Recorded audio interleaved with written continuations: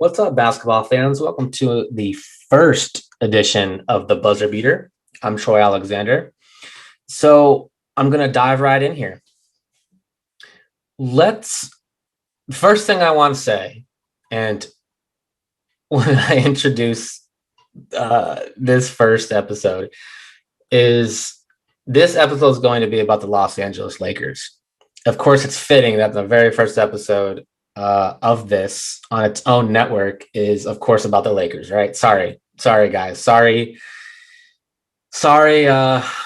non-Laker lovers here, but it has to be talked about. So I'm just gonna, like I said, I'm going to dive right into this. And the first thing I can say is relax if you're a Lakers fan, okay? And when I say the relax, it's in the Aaron Rodgers mode, right? Relax, or however he said it. Basically, the point of it is you're the Los Angeles Lakers, right? You're 22-11. I believe they're tied for now third in the West or fourth in the West with the Phoenix Suns. And they're just coming off a bad loss to the Utah Jazz, okay? You don't have Anthony Davis. You do not have Dennis Schroeder. So you're down two starters. And I'm already seeing all over, actually for the past week or two, Lakers Twitter is going bonkers, right? Like just, oh my God, what do we do? What's going to happen? We got to make a trade. Look, hit the pause button for a second, okay?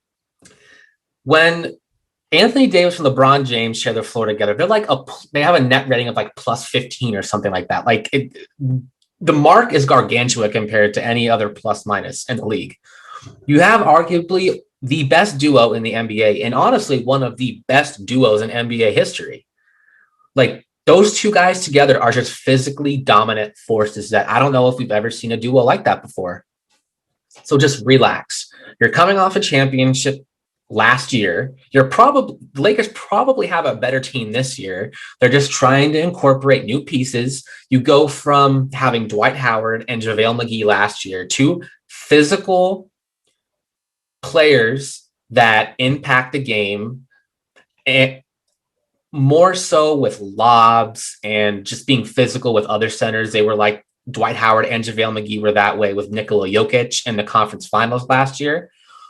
And you also are incorporating more pieces like Wes Matthews, Montrezl Harrell, Marc Gasol. So the Lakers have a new team, not a new team, but they have new pieces that they're trying to incorporate. They went from a real, I want to say old school basketball type of way last year in the playoffs and in the regular season, but they were a very physical team. And that completely changes this year because now you're more of a finesse team. You add Marc Gasol, who isn't nearly the defender he was before, and he's not a great rebounder. He's a great passer, and he's an okay shooter. Then you add Montrezl Harrell, who's the former sixth man of the year. He's familiar with being the sixth man, but he's also, I feel like this Lakers team is just about as deep as the Clippers team last year when the Lakers are completely healthy. So not only is Harrell adjusting to that, but I feel like he has more depth around him. You've got Kyle Kuzma coming off the bench with him. And, he's used to Harrell last year was used to playing with Lou Williams, right? A guy that is going to get you 20 a game. So Harrell was able to adjust his game with that. And, Lou Williams was handling the ball, and Kuzma isn't really a ball handler so much. So there's just a lot of moving pieces that the Lakers are trying to figure out. And before Anthony Davis went down, they only lost 6 games or something like that. So I'm pretty sure the Lakers don't really give a crap about seeding. As long as the Lakers get to the postseason and they are 100% healthy, they are the favorite. I don't care that the Jazz have only lost 6 games. I don't care that they're the number 1 seed. I don't care how on fire the Los Angeles Clippers are from 3. I don't care if they're hitting all of their shots. And I also don't care as much about the 76ers. Now, I stand here saying that, and I'm not a Laker fan, but it is what it is. The Lakers have two top five players in the game, and Anthony Davis and LeBron James. LeBron still being the best player in the league. Yes, the Sixers have Joel Embiid. Yes, Ben Simmons and Tobias Harris are playing great. Yes, the Jazz are playing great, and all of these other teams are playing great that are quote unquote contenders. And I'm forgetting about the Brooklyn Nets. But the fact of the matter is, I've been watching. I've been a fan of the NBA for about like closely watching games probably since about I would say like 2005 ish, maybe a little bit before that. Right when LeBron really came into the league, I became a huge LeBron James fan, and historically throughout LeBron's career, and this is why I say relax, mostly for this point, mostly throughout LeBron James' career, his teams coast in the regular season, especially after winning championships. I saw this countless amount of times, especially with the Miami Heat. That first year they lose in the finals. That second year they come back as hungry as ever, they win a championship. That next year when they went, that third year together with the Heat and the Big Three, the 2012-2013 season, their best team ever. Heat's best team ever throughout that 4-year span. They went 66-16, but I promise you, there were so many close games that they went to overtime in, and LeBron just carried them through. And some of these games weren't against good teams. They were against some bad teams. I remember them going into overtime a few times that year. And that doesn't mean that those teams are better. It's just LeBron and the Heat were just kind of coasting and figuring out when is it time to flip that switch and get to that elite level that we know we're all capable of getting to. LeBron James teams are famous for coasting. And then there's just no point of turning it on in January and February, even March, really. Like when the playoffs start, LeBron James and his teams will be ready. And, I listen to Brian Windhorst a lot. I love Brian Windhorst. Shout out to the Hoop Collective and Brian Windhorst. I've always read his content. I always listen to him. I wish Brian Windhorst would just go on a Twitter rampage, and I wish he would go on all these Lakers podcasts and say, look, guys, I've been following LeBron since he was in high school. I've been following him since his Cleveland days, his Miami days, and his second stint back in Cleveland. I can tell you exactly what I'm trying to tell you guys. Just relax. He is famous for this. He's going to coast in the regular season, especially with Anthony Davis out right now. Then when the playoffs start, LeBron will flip the switch and he will turn it on. Now, that being said, I'm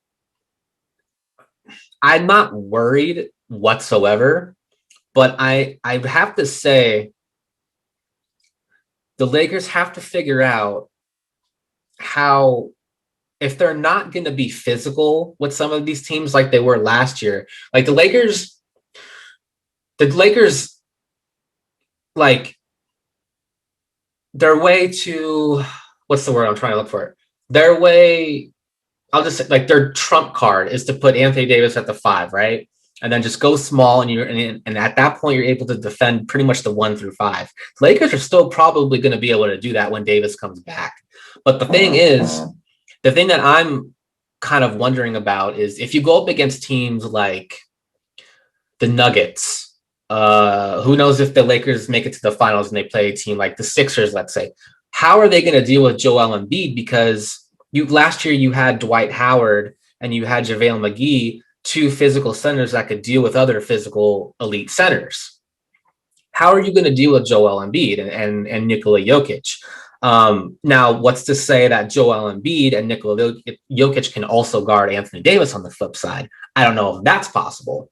I don't think it is, because Anthony Davis is almost unguardable, in all honesty. But I'm very curious to see what the Lakers decide to do, if that's pick up somebody in the buyout market or something of that manner to deal with elite centers. That being said, the Lakers have always had 2 weaknesses going back to last year. That's shooting, and that's lack of lack of defense against elite wings. You know, the league has got a handful of elite wings at this point. So, and when you really think about it, the Lakers didn't really have to deal with any elite wings last postseason. So, first round, they played the Trailblazers. Carmelo sure as hell isn't an elite wing anymore. Second round, you had to play the Houston Rockets. Do you call James Harden a wing? He's not really a wing, but he's a guy that can dribble, create shots, and create his own shot at any point. Okay. But I feel like the Lakers had enough size to deal with that. And the Rockets just, their formula last year, it just doesn't work. So then you play the Denver Nuggets in the conference finals. Once again, no elite wings, right? I mean, you had Michael Porter Jr., but maybe he will be that elite wing, but he isn't at this time. Lakers beat the Nuggets. They move on to the Miami Heat in the finals. This is where they play an elite wing in Jimmy Butler. Butler goes off, right? Like Butler had, I believe, I'm sorry if memory recalls me correctly, he had a 30 or a 40-point triple-double in, I think it might have been multiple games. I'm sorry I'm butchering these memories here, but Jimmy Butler had an insane finals.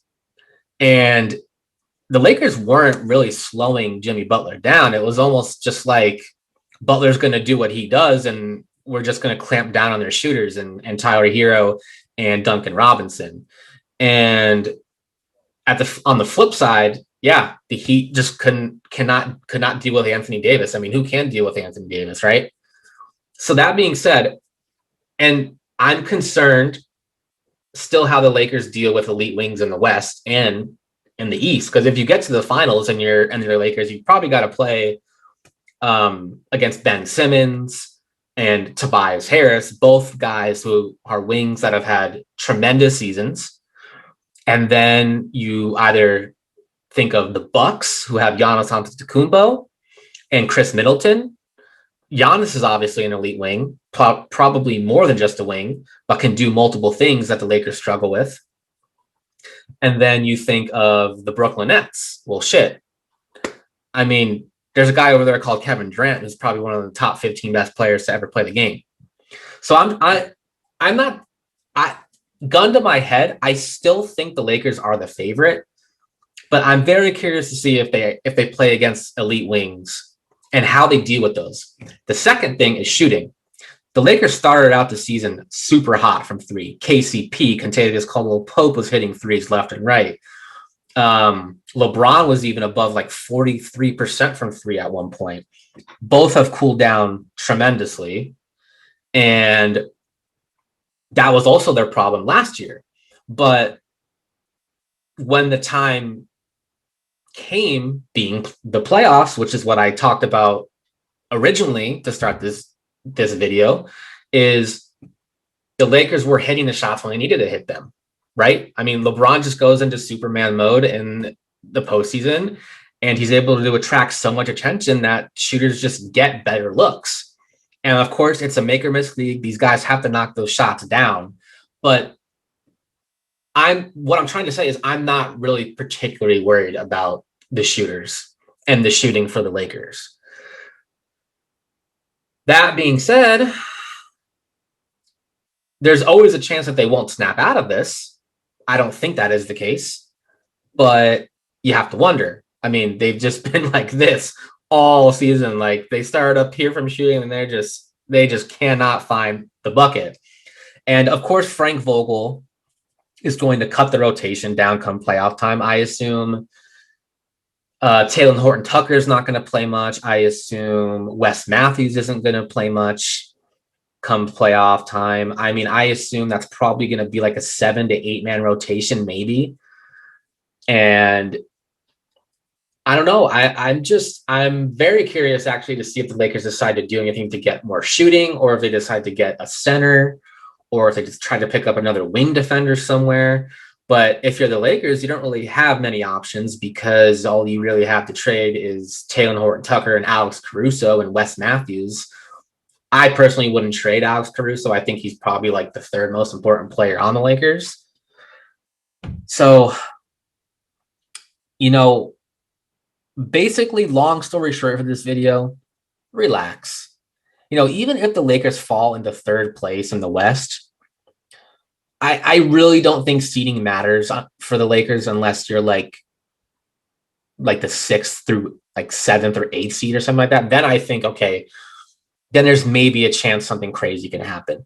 But even if they fall in like a top 4 seed or something, like with Davis's injury, I would not be worried. Just cool off, relax. I know the Lakers are not very fun to watch right now.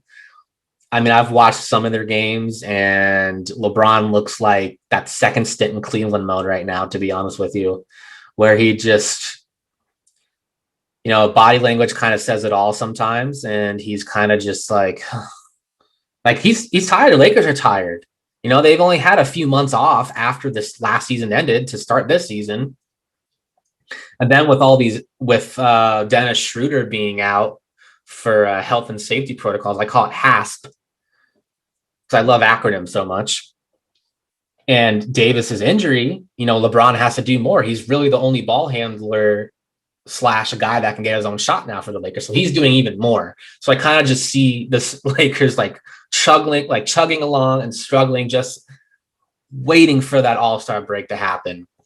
And, we'll just for basketball's sake, let's hope that Schroeder seems to be fine. He just has the HASP issues right now. And let's hope Davis is fine and they get back to full strength so we can actually have a great finish to the season and a great NBA playoffs.